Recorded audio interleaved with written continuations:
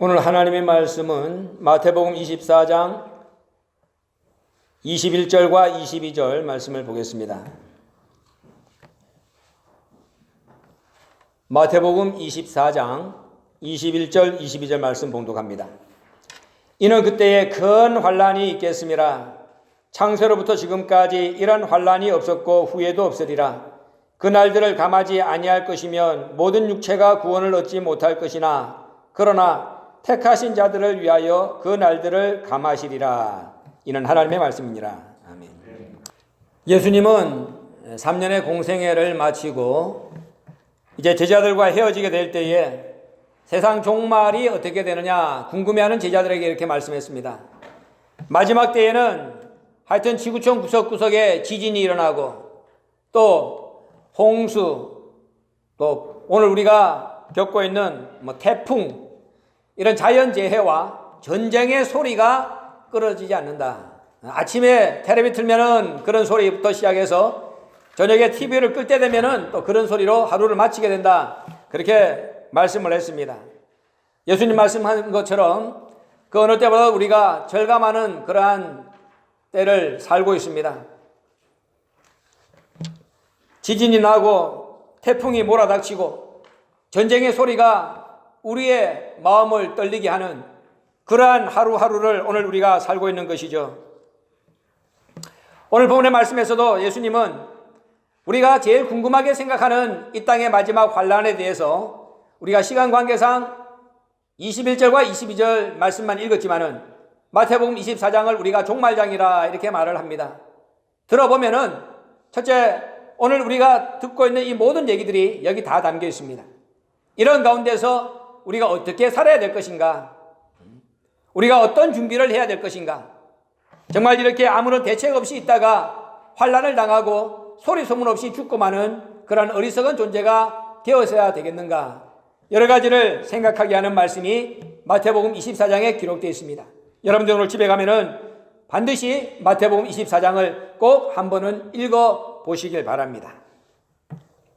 아까도 얘기한 것처럼 지금 대한민국은 전쟁 위기가 한반도를 뒤덮고 있는 가운데 있습니다. 속을 알 수 없는 북한의 김정은, 또 거기에 못지않은 예측 불가능한 트럼프 대통령, 이 두 사람이 조성하고 있는 긴장 분위기 속에서 또 주변에 있는 세계 열강들, 미국 중심으로 해서 중국, 또 러시아, 일본, 이런 강국들이 지금 예측 불가능한 전쟁의 분위기 속에서 하루하루 우리 모두를 불안하게 만들고 있습니다. 과연 전쟁이 일어나겠느냐? 아니면은 찻잔 속의 태풍으로 끝나고 말겠느냐? 성경은 오늘의 이 상황을 우리에게 뭐라고 설명하고 있느냐? 오늘 우리가 듣고 싶은 해답을 성경은 어떻게 말씀하고 있는지, 우리는 하나님의 백성 성도입니다. 그리고 우리는 누구보다도 먼저 이 사실을 알고 있어야 됩니다. 그래야 알지 못하는 사람들에게 그들을 깨우쳐서 그들을 살려야 될 책임과 사명이 있다 그 말이죠. 그러니까 이런 모든 궁금증에 대한 해답을 우리는 오늘 심각하게 고민하지 않으면 안 되는 그러한 자리에 있다는 것을 우리가 인정을 해야 됩니다.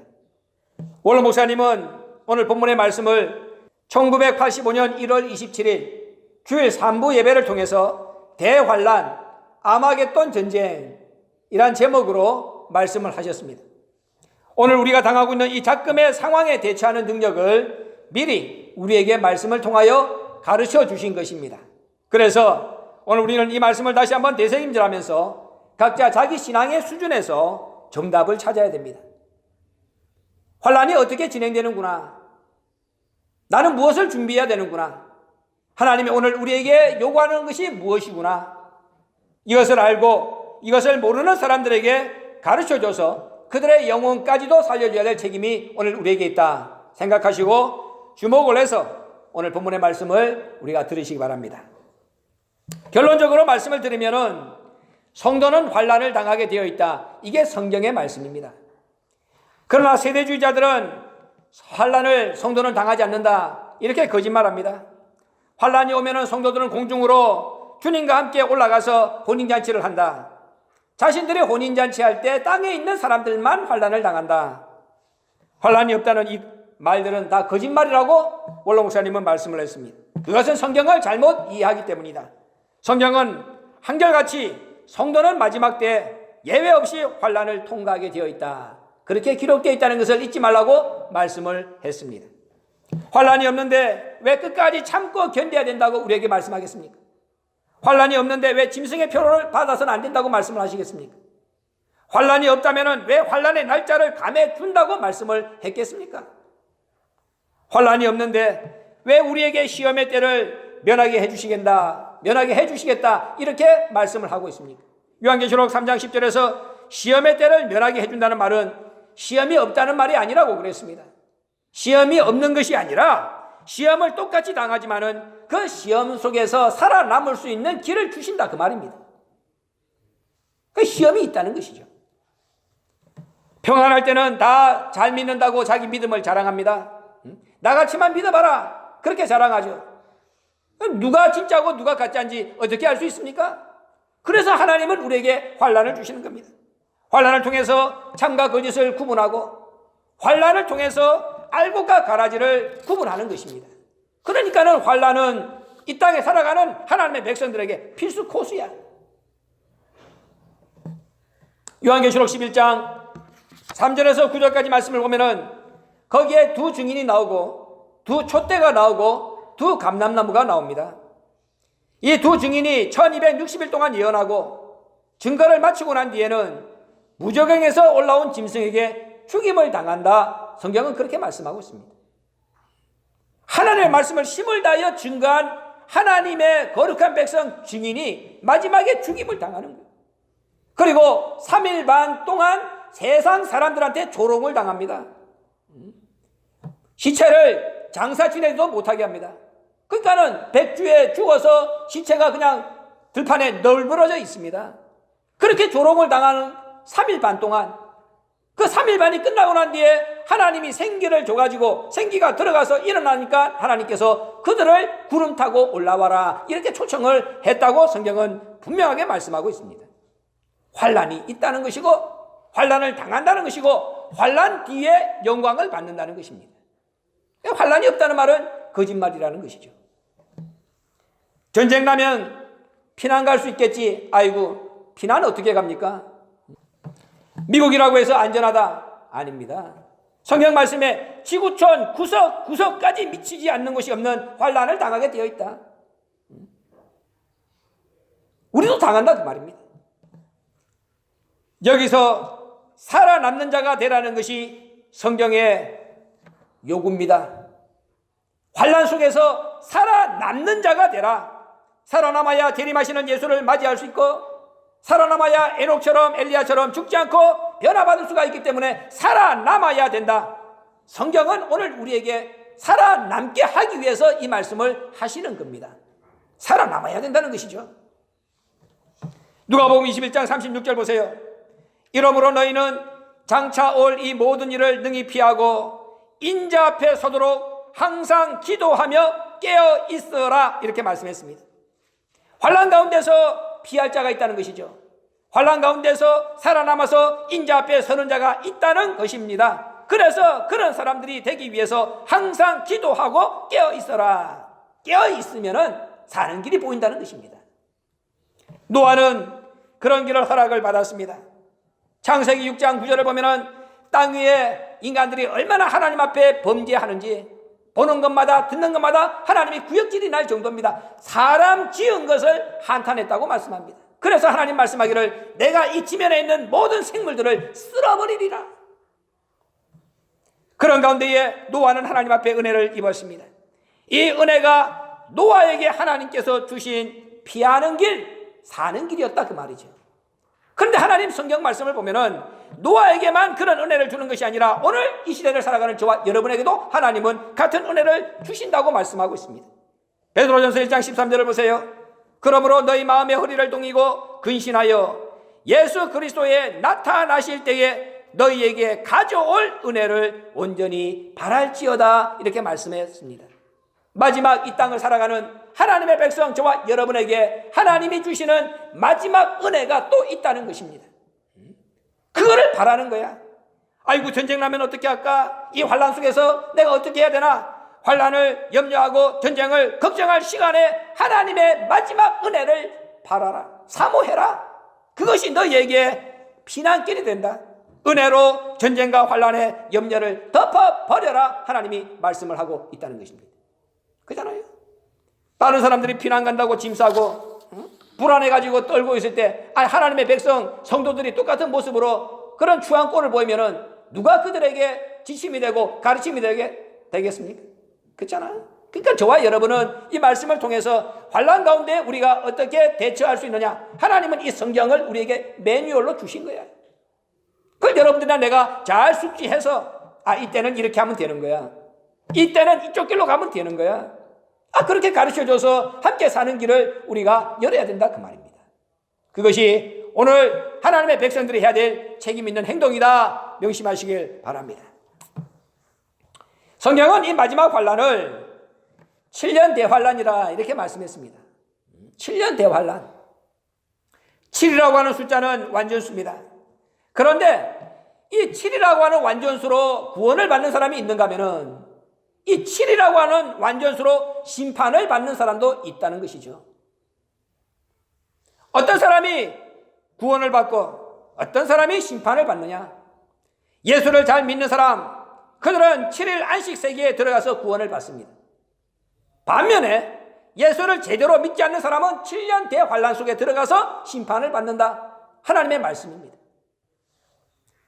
말세의 환난을 다니엘 선지자를 통하여 하나님은 다니엘서 9장 24절에서 7년 대환난, 7년 대환난 그렇게 말씀했습니다. 이스라엘 백성들이 4,000년 동안 하나님의 말씀으로 양육을 받았잖아요. 하나님은 그들에게 선민이라고 하는 자격을 줬습니다. 근데 선민이라고 하는 자격을 받고도 그들은 하나님의 마음에 드는 삶을 살지 않았습니다. 예배를 잘 드려라. 예배를 자기 마음대로 드렸습니다. 하나님께서 예물을 드려라. 그럼 하나님 앞에 제일 좋은 것, 흠없는 것 다 골라가지고 드리라 그랬는데 병든 것, 찌들어진 것, 다리 저는 것 이런 것만 갖다 바쳤습니다. 하나님께서 기가 차가지고 말씀하시기를, 야, 너희들한테 그런 걸 한번 줘봐라. 상전한테 받겠느냐? 근데 너희가 어떻게 그런 걸 가지고 나한테 바칠 수가 있느냐? 하나님이 얼마나 속이 상한지 너희 가운데에 성전문을 닫는 자가 나왔으면 좋겠다. 성전문에다가 못질을 하라는 겁니다. 그래도 말을 안 듣니까 하나님께서 그들을 다 하나님 앞에 범죄한 날짜를 계산하니까 딱 70년. 안식일을 지켜라, 안 지켰습니다. 안식년을 지켜라, 안 지켰습니다. 땅을 쉬게 하라, 안 지켰습니다. 너희 집의 노비들을 자유롭게 해라, 안 지켰습니다. 하나님이 그 날짜를 다 계수하니까는 딱 70년. 그래서 이스라엘 백성들을 들어가지고 바벨론에다가 70년 동안 포로 생활을 하게 했습니다. 그 포로 생활을 하면서 잡혀갔던 사람 중에 한 사람이 바로 다니엘 선지자입니다. 다니엘 선지자는 포로 생활하는 가운데서 예레미야의 책을 읽었습니다. 그런데 예레미야 25장을 딱 읽다 보니까는 거기에 눈이 번쩍 뜨는 말씀이 있는 거예요. 하나님이 이스라엘 백성들의 잘못 때문에 징계를 내린 기간이 70년이구나. 그 자기가 포로가 돼가지고 잡혀왔던 기간을 계산해 보니까는 그때가 딱 68년째야. 앞으로 2년 남았어. 하나님의 말씀을 제대로 받들지 않음으로 말미암아서 우리가 이런 공경을 당했는데, 우리는 지금 어떤 준비가 되어 있나 돌아보니까 준비되어 있는 자세가 아무것도 없는 겁니다. 다시 고향으로 돌아갔을 때 어떻게 해야지 하나님이 우리를 다시 고향 땅 이스라엘로 돌아가게 하겠지, 그런 생각을 가지고 믿음으로 준비하는 깨어있는 사람이 한 사람도 없었다 그 말입니다. 그래서 다니엘 선지자가 자기가 팔을 다리를 걷어 붙인 거예요. 자기가 무릎을 꿇은 겁니다. 하나님, 우리 백성이 하나님 앞에 이렇게 잘못해서 70년 동안 바벨론의 포로 생활하게 하나님이 징계를 내리셨는데 벌써 68년이 지났습니다. 우리 민족들의 허물을 용서하여 주시옵소서. 지금도 정신을 못 차리고 있습니다. 또 어떤 벌을 받을까 두렵습니다. 하나님, 내가 대신 우리 민족의 죄를 걸머지고 하나님 앞에 무릎을 꿇었습니다. 내 기도를 들으시고 하나님 용서해 주세요. 다니엘의 눈물을 뿌리면서 기도하니까 그때 하나님이 응답을 줬습니다.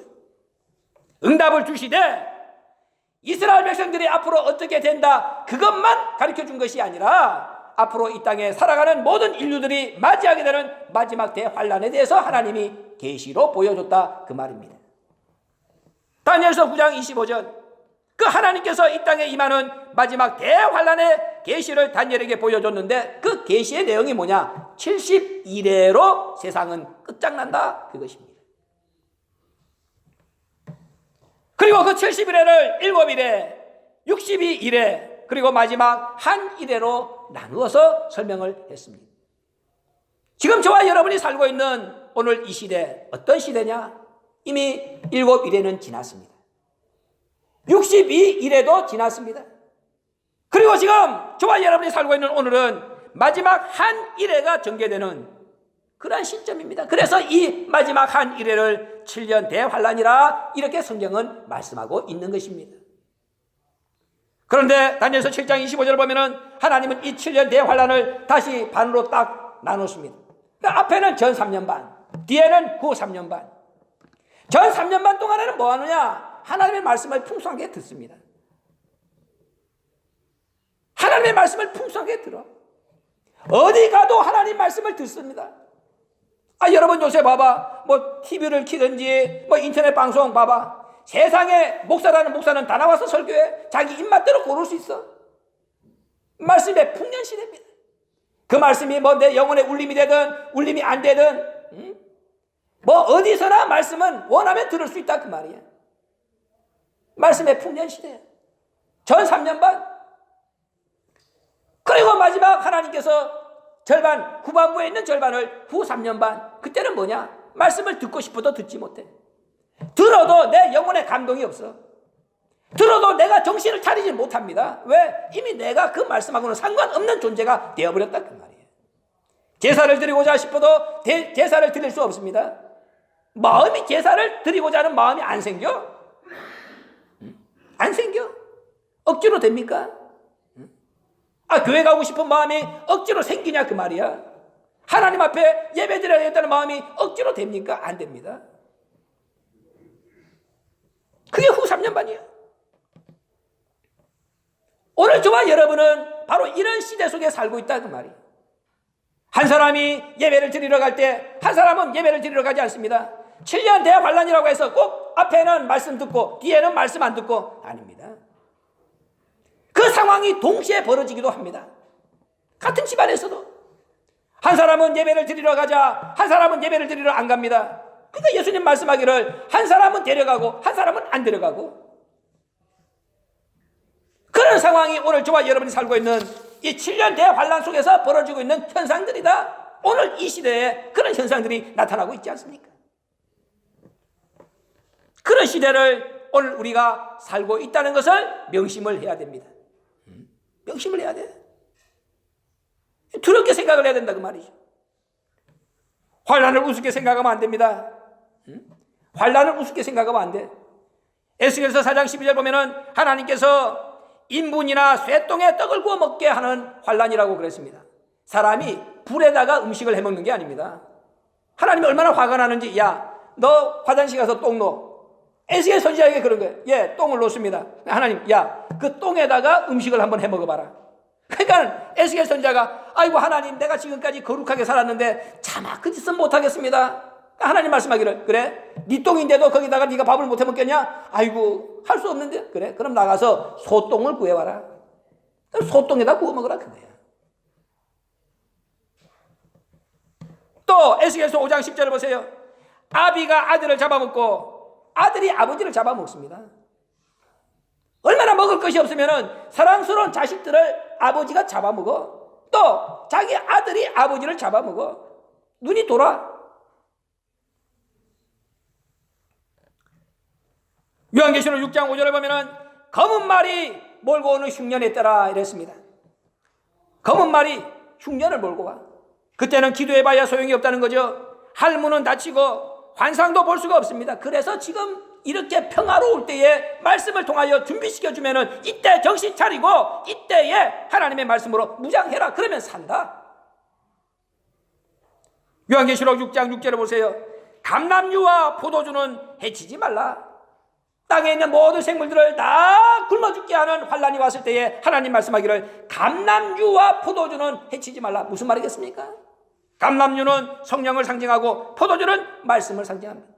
성령으로 무장하고 말씀으로 무장한 하나님의 백성들은 환란을 통과하게 그들을 손대지 말라고 성경은 분명하게 말씀하고 있다는 것이죠. 그래서 이 평화롭다 할 때에 성령의 충만함으로 말씀의 충만함으로 무장하는 하나님의 백성이 되라는 경고가 마지막 경고입니다.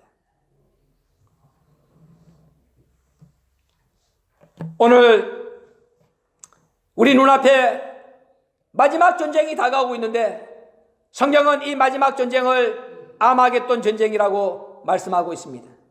여러분들이 한 번 정도는 교회에 와서 들었을 겁니다. 아마겟돈 전쟁. 요한계시록 16장 12절에서 16절까지 말씀을 보면은 마지막 이 땅에 임하게 되는 환란의 전쟁의 이름이 아마겟돈 전쟁입니다. 구약에는 무기토라고 그랬죠. 그런데 이 무기토가 어떤 곳이냐? 요엘서 3장 12절 보면은 여호사밧 골짜기. 여호사밧 골짜기를 다른 말로 심판의 골짜기, 판결의 골짜기라 그랬습니다. 하나님이 마지막 심판하시는 장소, 그것이 여호사밧 골짜기고 구약에서는 무기토라 그러고 신약에는 아마겟돈. 그런데 이 아마겟돈 전쟁이 어떤 때 어떻게 시작되느냐? 요한계시록 16장 12절 말씀을 보면은 유브라데 강이 마르면서부터 전쟁은 시작된다. 이렇게 기록하고 있습니다. 유브라데 강이 마르면서. 또 여섯째가 그 대접을 큰 강 유브라데에 쏟음에 강물이 말라서 동방에서 오는 왕들의 길이 예비되더라. 이렇게 말씀하고 있습니다. 유브라데 강을 왜 누가 말리느냐? 하나님이 말립니다. 강이 말라야 왕들이 빨리 올 수가 있고 왕들이 빨리 와서 전쟁을 일으켜야 하나님께서 이 세상을 끝낸다 그 말이에요. 그러니까 하나님께서 강물을 말라버려. 왕들이 빨리 올 수 있도록 하기 위해서. 그런데 왜 마지막 전쟁터가 이 유브라데 강가냐?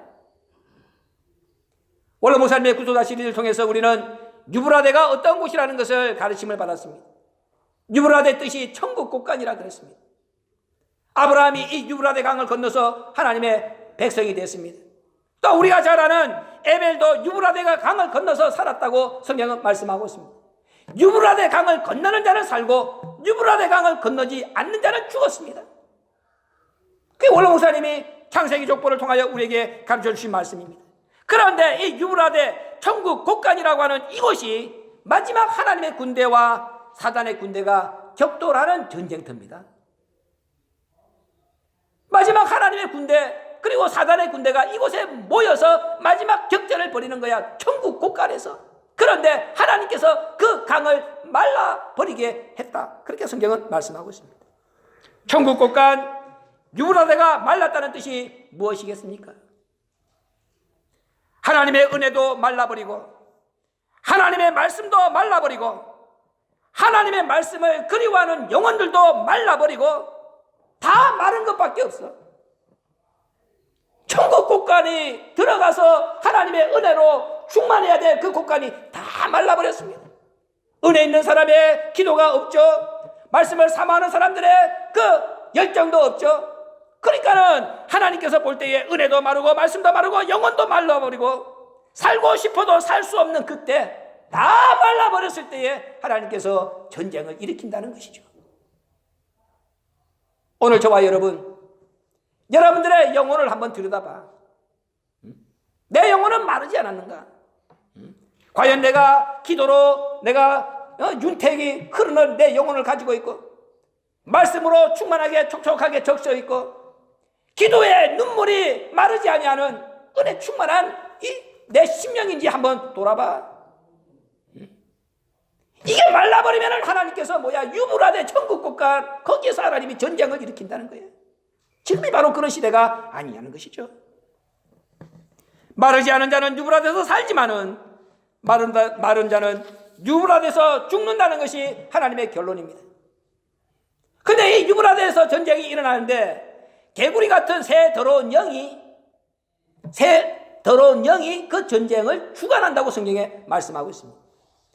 개구리 같은 새 더러운 영은 요한계시록 16장 14절에서 귀신의 영이라 그랬습니다. 그것이 용의 입과 짐승의 입과 거짓 선지자의 입에서 나온다고 그랬습니다. 무슨 말이겠습니까?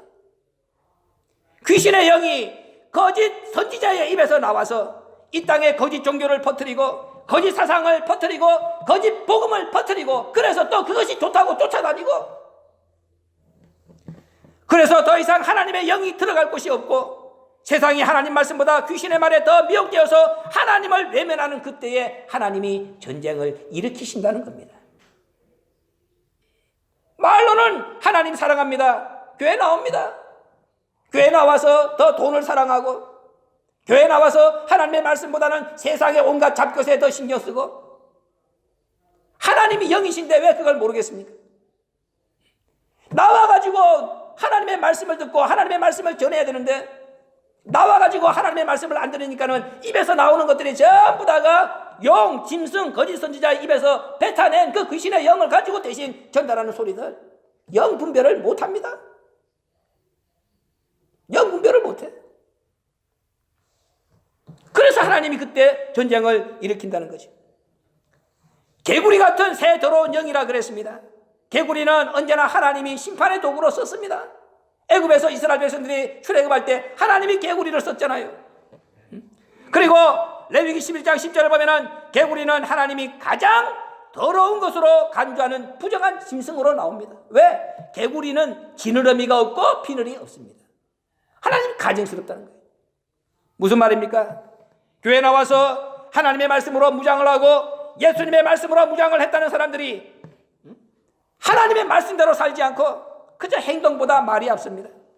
사랑보다는 분쟁과 다툼을 일삼습니다. 정직보다는 음모와 술수가 난무합니다. 더러운 수단과 자기 은폐로 몸을 숨깁니다. 그리고 뒤에서는 적그리스도 운동을 일으킵니다.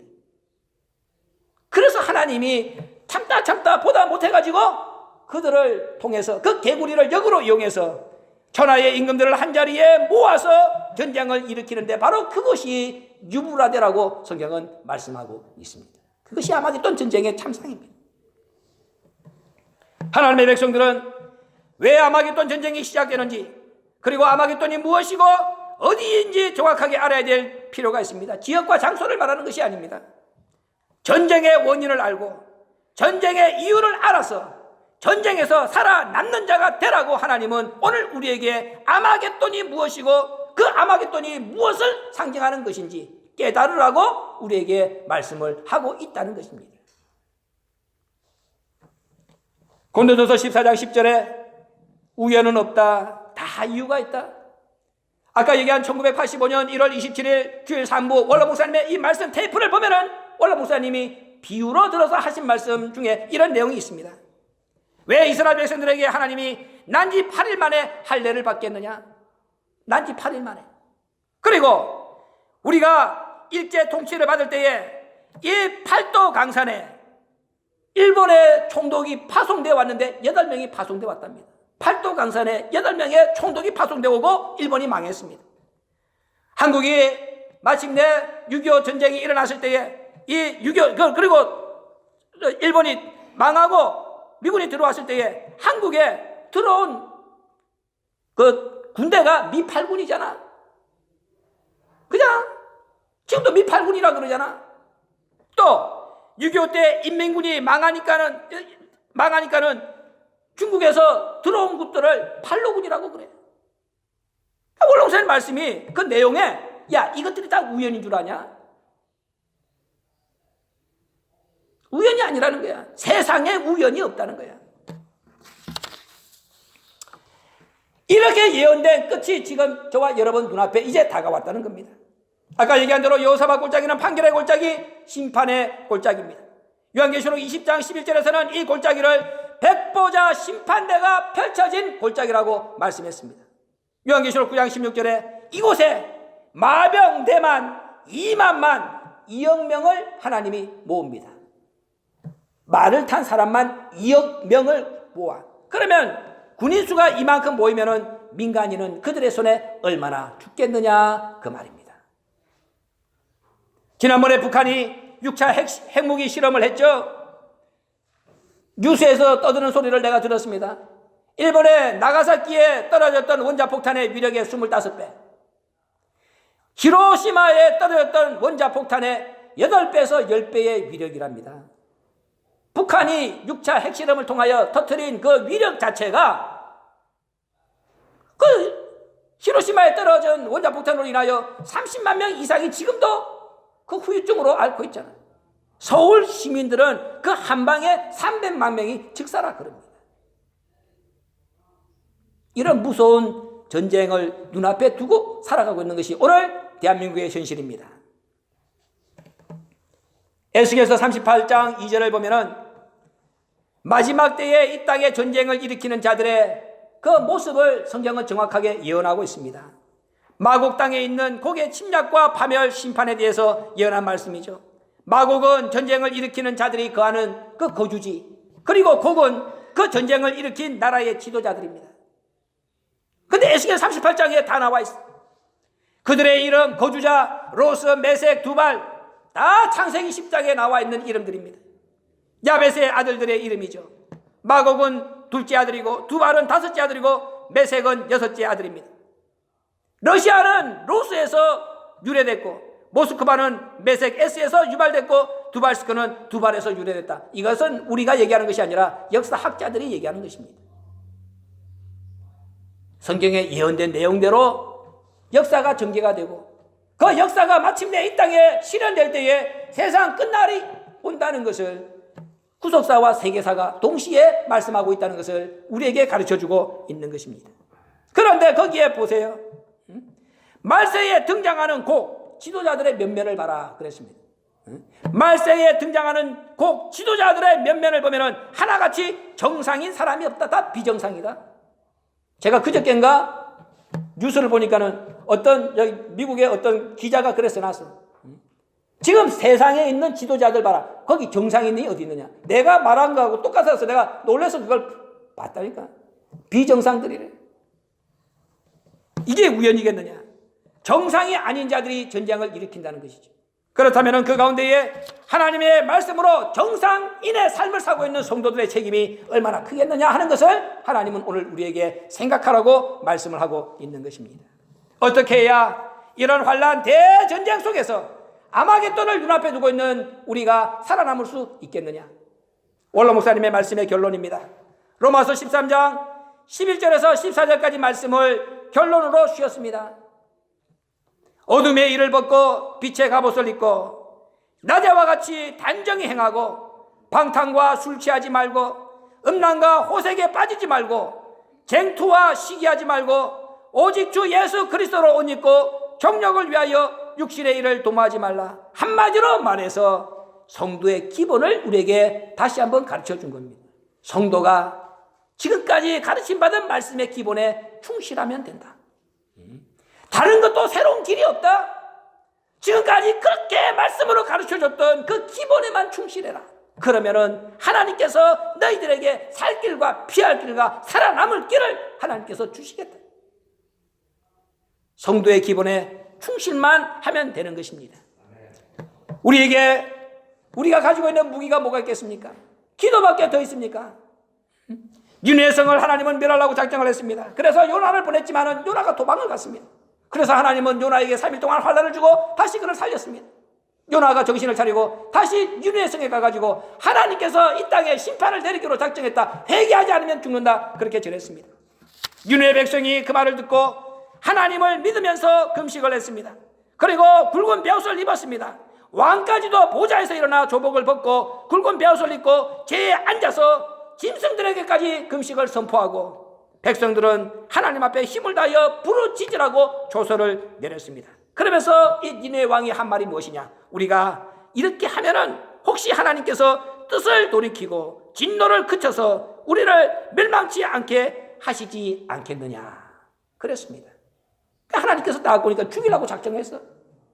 그런데 그 소리를 듣고 왕이 정신을 차려가지고 백성은 물론이고 짐승까지 금식을 시켰습니다. 짐승에게도 물 주지 마라. 하나님이 그들의 행동을 보고 뜻을 돌이켜서 하나님께서 그들을 멸망시키지 않았습니다. 죽을 고비를 넘겼던 요나는 화가 났죠. 아니 죽인다면 죽여야지. 내가 왜 이런 생고생을 했습니까? 그때 하나님이 뭐라고 그랬습니까? 야, 이 성에는 좌우를 분별하지 못하는 어린 나이까지 포함해서 12만 명이 넘는 생명이 있다. 또 육축도 있다. 내가 그것을 어찌 아끼지 아니하겠느냐 그랬습니다. 그러면은 12만 명의 생명도 아끼신 하나님, 그 속에 있는 짐승도 사랑하신 하나님이 대한민국이 지금 얼마입니까? 7천만 명.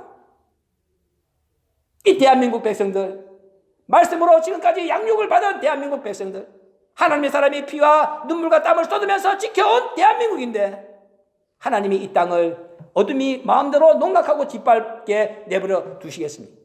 하나님이 진노의 채찍을 들었다 할지라도 뜻을 돌이켜서 우리를 멸망치 않게 하는 길이 하나님의 백성 저와 여러분의 기도가 끊어지지 아니하고 하나님 보좌에 상달되기만 하면은 그런 역사가 나타난다는 것을 믿으시기 바랍니다.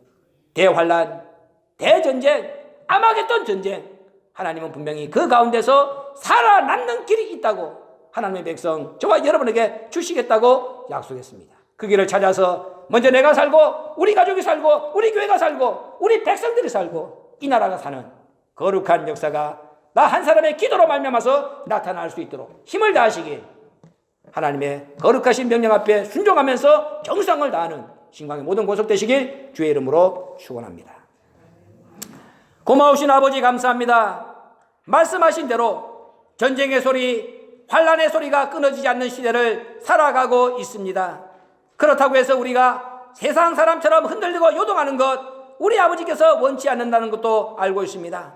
우리에게 피할 길을 주시고 우리에게 살 길을 주시고 우리에게 기본기에 충실하면 살려주시겠다는 약속의 말씀을 받았습니다. 다시 한번 하나님께서 우리에게 가르쳐 주신, 우리 아버지께서 우리에게 가르쳐 주신 성도의 기본기에 충실할 수 있는 신광의 모든 권속 될 수 있도록 인도하여 주시옵소서. 환난 가운데 살아남는 우리가 되게 하시고 환난도 피해가는 우리가 되게 하시고, 그래서 세상의 모든 사람들까지도 예수 믿는 사람으로 아버지 말씀의 권세 아래 무릎 꿇는 자로 만드는 거룩한 백성들 뜻의 도구로 쓰임받는 우리 모두가 될 수 있도록 축복하여 주시옵소서. 지금 태풍이 올라오고 있는 가운데 있습니다. 지금까지도 많은 피해를 입었습니다. 사람들이 상처 입지 아니하도록 지켜주시고 우리 아버지께서 세우신 교회가 무너지지 않도록 지켜주시고 하나님의 백성들이 정신을 차리는 귀한 기가 될 수 있도록 인도하여 주시옵소서. 예수님의 이름으로 감사기도 올리옵나이다. 아멘.